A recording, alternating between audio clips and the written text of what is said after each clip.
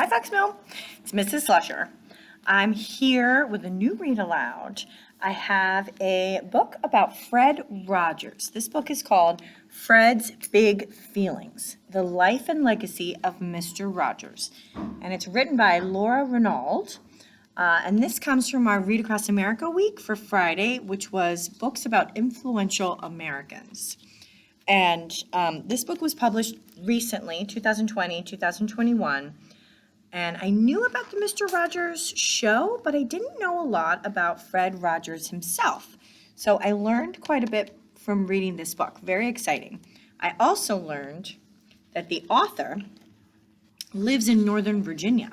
So I was thinking about sending her an email and seeing if she would want to come talk to our Fox Mill friends. We'll see if I get a response. I'll let you know. So this book says, I'm going to read you the book jacket, the little summary. Fred Rogers was a quiet boy with big feelings.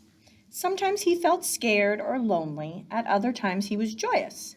When Fred's feelings seemed too big, his grandfather, McFeely, knew exactly what to say to make him feel better. I like you just the way you are. I feel that way about all of you guys. Fred grew up and created Mr. Rogers' Neighborhood, the television program that warmed the hearts and homes of millions. But one day the government threatened to cut funding for public television, including Fred's show. So Fred stepped off the set and into a hearing on Capitol Hill to make his feelings known.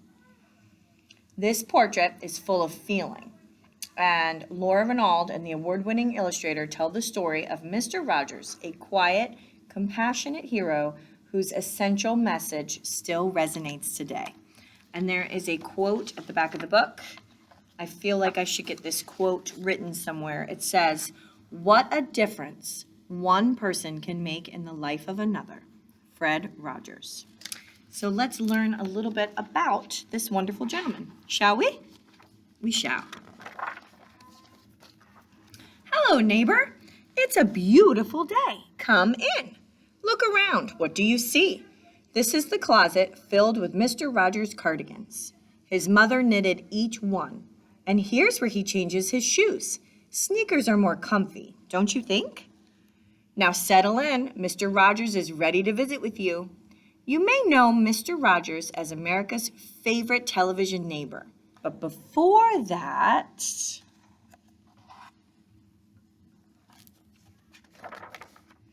he was Freddie Rogers, a quiet boy with big feelings.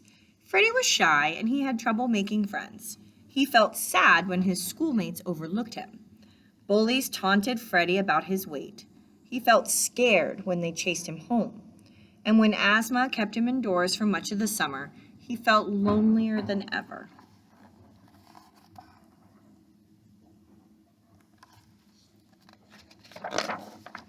Freddie took refuge at the piano. Soon his feelings were flowing through his fingertips. Worry fretted and fussed and faded. Sadness wailed and whimpered and waned. Anger crashed and clattered and calmed. Music allowed Freddie to express himself, but it was his grandfather McFeely's message of unconditional love that boosted Freddie's self-esteem. You made this day a really special day, just by being yourself. And I happen to like you just the way you are. That is a lovely message.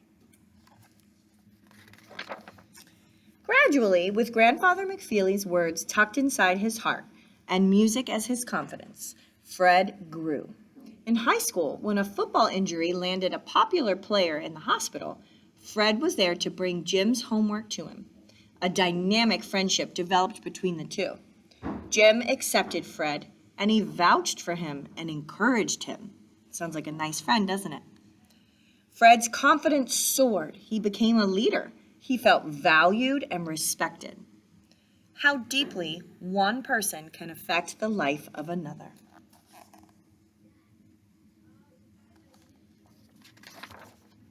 In the spring of 1951, Fred's path was clear.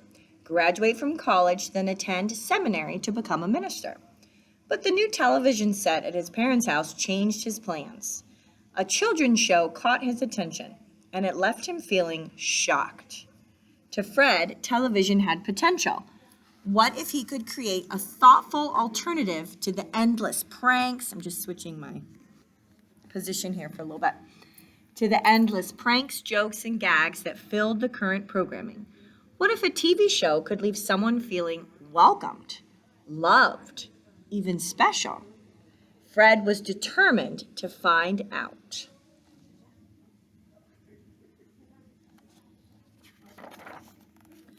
His opportunity came at WQED, America's first community-supported television station. In 1954, Fred and his colleague Josie Carey created the Children's Corner.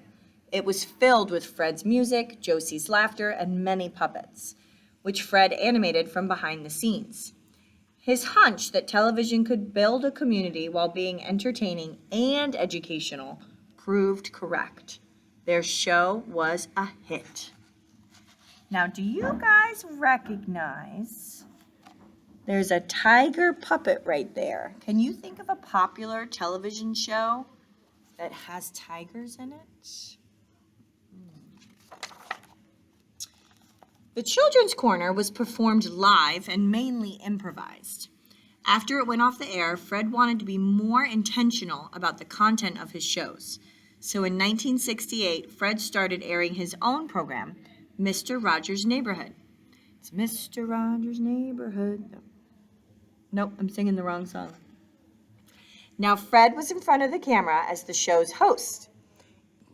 He welcomed children with his songs, encouraged his viewers' curiosity, and honored his grandfather by naming a character after him, Mr. McFeely, the speedy delivery man. But above all, Fred focused on feelings. Silly, shy, selfish, he addressed them all.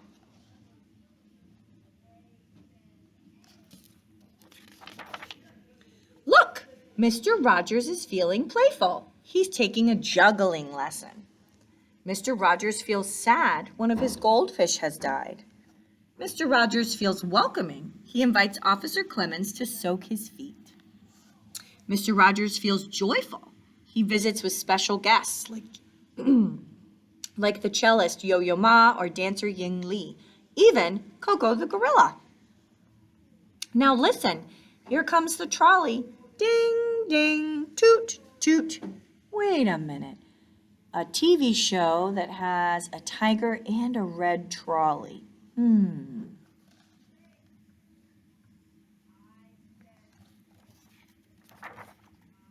It's a world of make-believe. The small tiger feels worried. What if a falling star lands on his clock? The king's niece feels generous. She offers orange juice to each of her friends. The rosy-cheeked lady feels angry. She turns a tower upside down. Toot toot, ding ding, see you next time.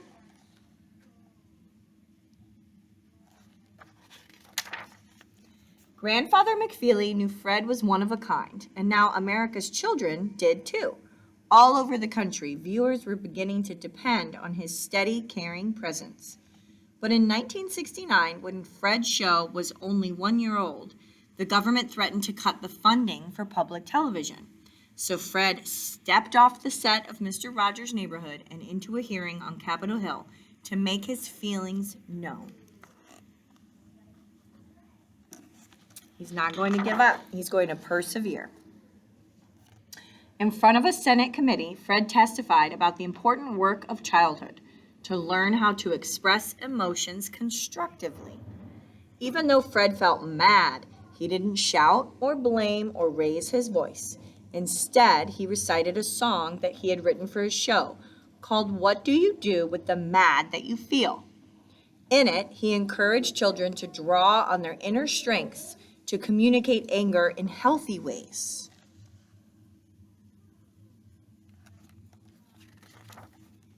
A hush fell over the room during Fred's quiet, passionate testimony. The tough committee chairman, Senator Pastor, even got goosebumps. "Looks like you just earned the $20 million, he remarked. By sharing his feelings, Fred Rogers secured the funding for public broadcasting, Mr. Rogers' Neighborhood, and the show would be on air for years to come.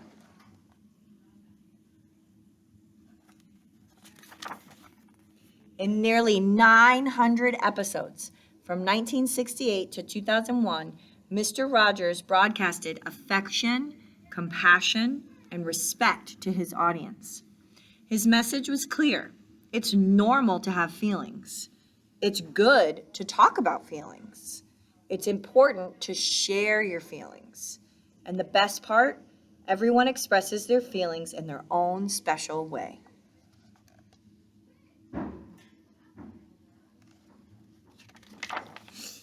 Our visit with Mr. Rogers has come to an end.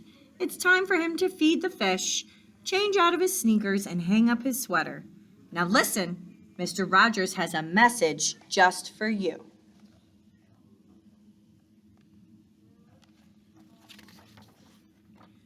You always make each day such a special day. You know how? Just by being you. There's only one person in the world like you, and people can like you exactly as you are. That's such a good feeling.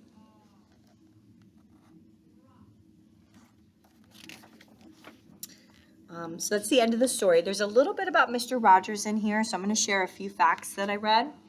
While he was doing his first television show, The Children's Corner, he would also go on his lunch break and attend classes for the seminary. So in 1963, he was ordained as a Presbyterian minister.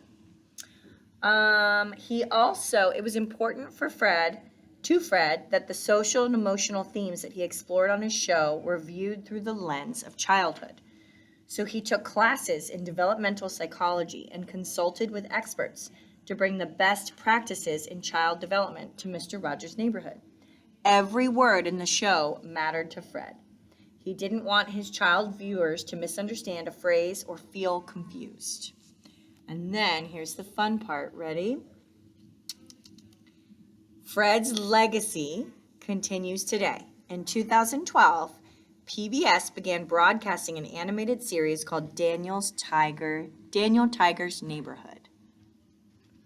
4-year-old Daniel is the son of Daniel Striped Tiger, who was the puppet on the original series. With a nod to Mr. Rogers, Daniel wears a red sweater and speaks directly to his viewers, enabling a new generation of children to experience social and emotional learning through music and make-believe.